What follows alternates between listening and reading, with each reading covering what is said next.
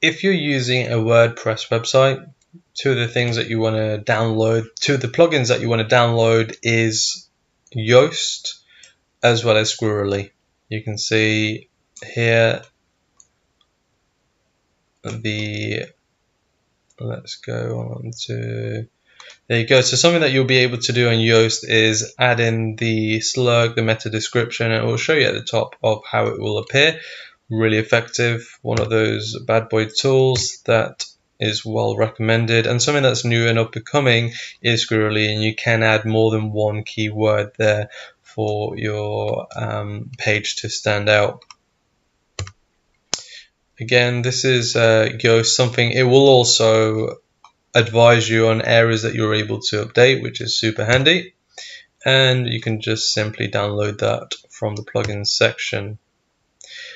Another area stage that we want to talk about is actually the mind frame, the psychology of your particular customer. Now, for different services, there will be different types of customers coming to you, and it's good to know your customer there and their habits. One of the frameworks that you're able to use is the disc. There is many videos and research on disc. It might be something worthwhile for you to look into, and it goes over into the different psychologies of individuals, and you may be able to find them in your area. And when you write the content, you want to be able to have it optimized for their particular psychology.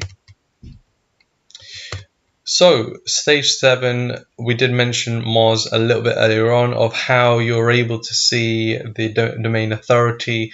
You're able to also see the domain authority of your competitors, which is highly beneficial to benchmark yourself against them and see how quick you're likely to catch up.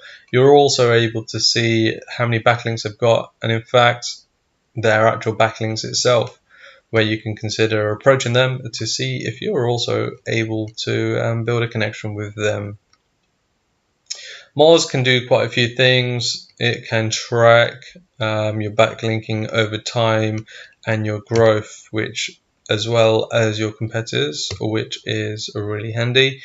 And the other next step that we wanted to go over is Google Analytics. If you haven't already set that up, it's something to do so you can see and measure your progress. And Google Webmaster is to be regularly updated once you've done any changes to your website, something that you want to regularly update with content.